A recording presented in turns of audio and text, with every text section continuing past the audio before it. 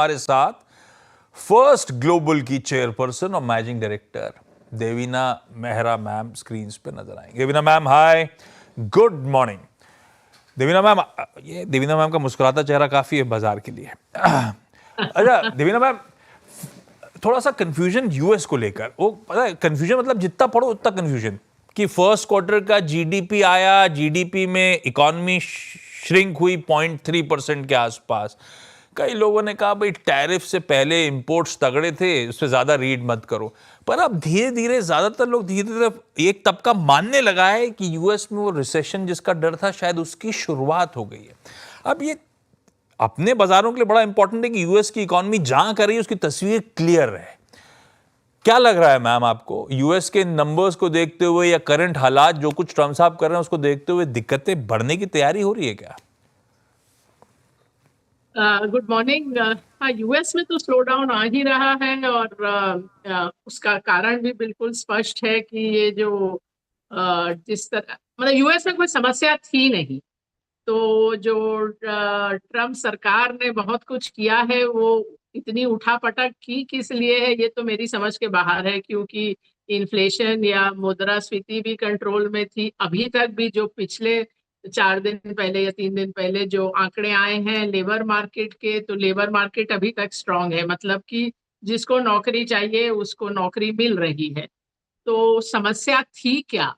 समस्या तो वैसे अमेरिका में खाली एक ही रही है, वो है इनइक्वालिटी की, कि जो लोग अमीर हैं वो ज्यादा अमीर हैं और जो अ, अ, बीच का तबका है उनका उतना विकास नहीं हुआ। और ट्रम्प जी का इलेक्शन का कैंपेन भी इसी पर था। पर ये इस तरह की चीज करना, अगर आप टैरिफ करेंगे या फिर किसी भी तरह का सप्लाई में रुकावट होगी तो उससे तो चीजों के दाम बढ़ेंगे ही। और अभी इन्फ्लेशन एक्सपेक्टेशंस जो है कि लोग क्या एक्सपेक्ट कर रहे हैं इन्फ्लेशन का, वो बहुत बढ़ गया है। वो मतलब दशकों से जितने लेवल पे नहीं था वहां पहुंच गया है। तो आपने तो एक तरह से समस्या खड़ी कर दी कि आपने इन्फ्लेशन बढ़ जाएगा और काफी कुछ जैसा कि आ रहा है वहाँ आयात कम हो गया है इतनी सारी अनसर्टेनिटी के बीच, तो वो चीजों की सप्लाई भी कम होगी, तो वो अमेरिका के लिए तो अच्छा हाँ, नहीं है।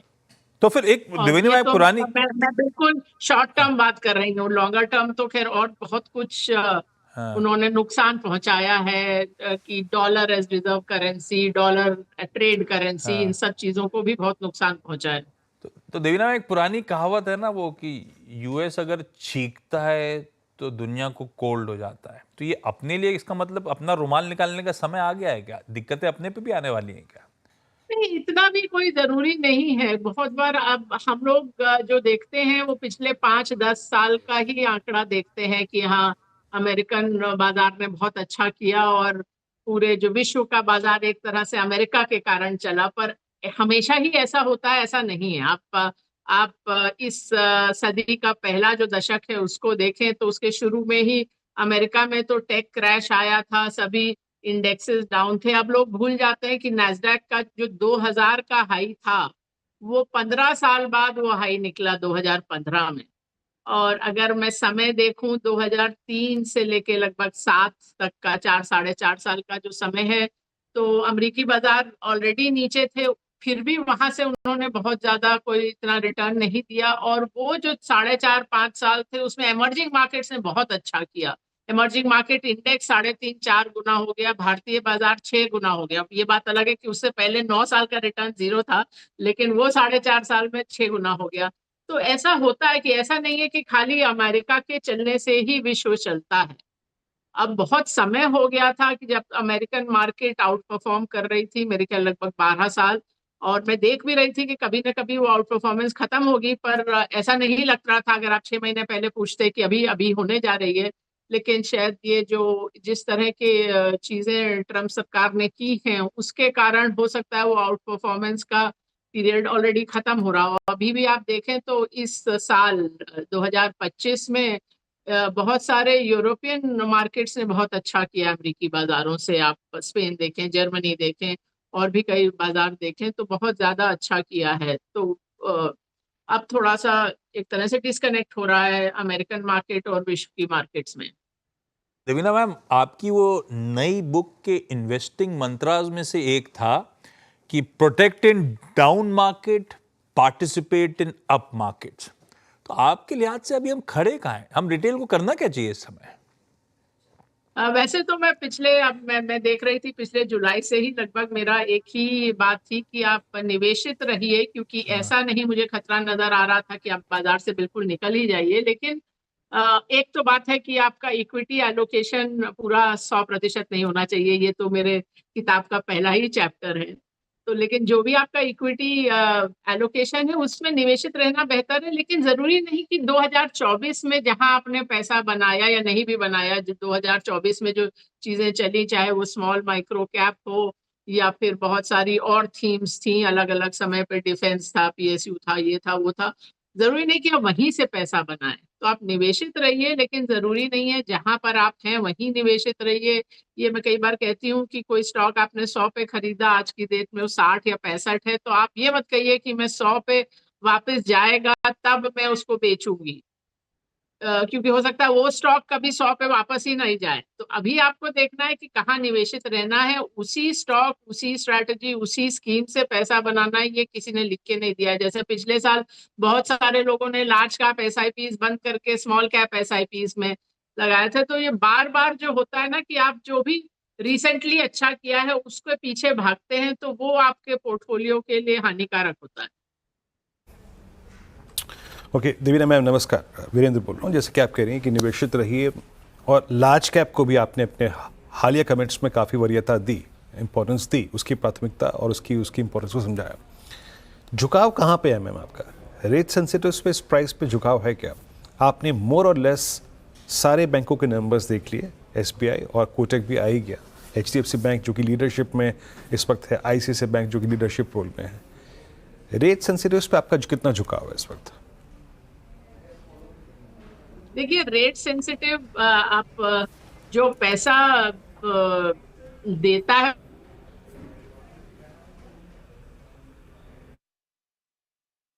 ये वीरू जो है ना, टफ सवाल पूछ लेते हैं। देवीना मैम रीपैच होंगी तो देवीना मैम के पास वापस चलेंगे और समझेंगे रेट से। हाँ, वीरू कुछ कह रहे हैं। हाँ, पैसा, जैसे मैंने बोला, पैसा देने के नाम पे फ्रीज हो गया। पैसा देना थोड़ा मुश्किल होता है आज की देवीना मैम जुड़ चुकी है। Devina ma'am please continue ma'am. जैसे मैम आपने बोला ना पैसा देना है, मैडम आपका आउटपुट फ्रीज हो गया। प्लीज दोबारा कंटिन्यू करिए बात अपनी। हाँ हाँ, मैं फिर से शुरू करूं इस पर कि अगर ये जो बैंक्स हैं उनका तो मार्जिन बढ़ता है जब इंटरेस्ट रेट ऊपर जाते हैं, हाँ, क्योंकि सीधी सी बात है, आप लोन एग्जैक्टली। पे इंटरेस्ट रेट बढ़ा देते हैं, लेकिन जो आपके डिपॉजिट होते हैं उसमें धीरे धीरे करके बढ़ता है रेट। लेकिन अभी चाहे वो रेट कट के कारण नहीं, लेकिन बैंक्स पहले से अच्छे तो लग रहे हैं। एक बहुत लंबा समय रहा है जब बैंकिंग इंडेक्स ने अंडर परफॉर्म किया है। आप पिछले 5 वर्षों में देखें, 2020, 21, 22, 23, 24, तो एक 2022 को छोड़ के बैंक निफ्टी ने एक भी साल आउट परफॉर्म नहीं किया। इनफैक्ट बहुत ज्यादातर सालों में बहुत खराब किया है निफ्टी के बनस्पत। तो अब हो सकता है वो बदल रहा हो। हमारे पोर्टफोलियो में भी हम लोग देख रहे हैं कि हमने बढ़ाया तो है बैंक्स, लेकिन अभी भी हम लोग अंडरवेट हैं, तो उसको ओवरवेट करें क्या? और जो क्षेत्र जहां हम लोग ओवरवेट हैं उसमें है एक फार्मास्यूटिकल्स, जहां हम लोग काफी समय से ओवरवेट हैं। फिर ऑटो कंपोनेंट्स हैं। उसके अलावा एफएमसीजी पिछले 2 तिमाही में जहां हम लोगों ने थोड़ी बढ़ोतरी की है और अब ओवरवेट हो गए हैं, वो एफएमसीजी है। उसमें धीरे धीरे करके स्टॉक अब ऊपर आ रहे हैं रैंकिंग में। ओके, ठीक है मैम। एफएमजी बात हो गई, बैंक से बात हो गई। अच्छा, एक दो बास्केट मैम जो कि प्राइस वाइज थोड़ा बहुत कन्विक्शन दिखा रही हैं, वहाँ बाइंग विजिबल है। उसमें एक इंश्योरेंस को मैंने बीते 2 महीने में तब्दील होते हुए देखा। Look at HDFC life, SBI life, इन दोनों स्टॉक्स ने लीडरशिप ली है। आपका व्यू इंश्योरेंस स्पेस में क्या, थोड़ा सा आप लोगों ने भी अपना यहाँ पर फोकस रखा है? अभी तो नहीं बढ़ा है। बाकी नॉन बैंकिंग फाइनेंशियल में हमारे पास कुछ रेटिंग एजेंसीज वगैरह हैं। अभी इंश्योरेंस तो खास कुछ नहीं है, पर एक बार देख रहे हैं सभी फाइनेंशियल्स को दोबारा से। अच्छा देवीना मैम, ऐसी सुबह काउंट कर रहा था, 12वां स्ट्रेट सेशन हो गया था फ्राइडे को एफआईआईस की खरीदारी करने का। तो लौटे तो हैं, कैश मार्केट में पैसा तो झोंक रहे हैं। ये क्या सिर्फ इसीलिए है क्योंकि भारतीय बाजारों में मोमेंटम पिकअप हो रहा है इसीलिए पैसा चैनलाइज हो रहा है, या दरअसल स्ट्रक्चरली हम थोड़े से स्वीटर स्पॉट में हैं इसीलिए थोड़ा कन्विक्शन के साथ पैसा आ रहा है? आप कैसे रीड कर रहे हो एफआईआईस का जो थोड़ा सा मूड बदला हुआ दिख रहा है? देखिए, मैं बहुत ज्यादा समय आशीष इस पे लगाती नहीं हूँ कि एफआईआईएस कर क्या रहे हैं। हाँ। और मैंने आपके चैनल पर भी कई बार कहा है कि इस प्रश्न के पीछे ये एक मानना होता है कि एफआईआईएस खरीदेंगे तो बाजार चलेगा, एफआईआईएस बेचेंगे तो बाजार घटेगा, जबकि आंकड़े ये बताते ही नहीं है। मतलब कि कोरिलेशन है ही नहीं एफआईआई के खरीदने या बेचने और बाजार की दिशा में। तो इसलिए मैं एफआईआई का खरीदना बेचना प्रायः खाली बैलेंस ऑफ पेमेंट के लिहाज से देखती हूँ। इस तरह इस ओर से नहीं। ऑफ कोर्स ये तो है कि अगर अमेरिका का बाजार उतना आकर्षक नहीं रहेगा तो लोग अन्य स्थानों पर देखेंगे, वो तो हो ही सकता है। और डॉलर भी अभी कमजोर है, तो ये ऑन द मार्जिन ये भी एक चीज है। आपने जो पहला प्रश्न पूछा था अमेरिका के बारे में, तो इस बार तो ऐसा हुआ ना कि अमेरिका में ब्याज दरें बढ़ी भी, और अधिकतर आप देखें तो ये होता है कि ब्याज दर जहां बढ़ रही है वहां पैसा आएगा, इसलिए वहां की जो करेंसी है या मुद्रा है वो स्ट्रांग होती है। लेकिन इस बार ऐसा हुआ कि ब्याज दरें भी बढ़ी और डॉलर भी गिरा। तो इस तरह की चीजें तो आप सुनने में आती हैं अधिकतर इमर्जिंग मार्केट्स में या डेवलपिंग कंट्रीज में। तो अमेरिका का आजकल बाजार उसको वैसे आंक रहे हैं। ट्रम्प साहब उन्हें वहीं ले जा रहे हैं, उभरते बाजार बनाने की तैयारी कर रहे हैं डेवलप्ड मार्केट से। Devina ma'am, thank you so much जुड़ने के लिए। हमेशा मजा आता है देवीना मैम से बातचीत करके। अच्छा, इस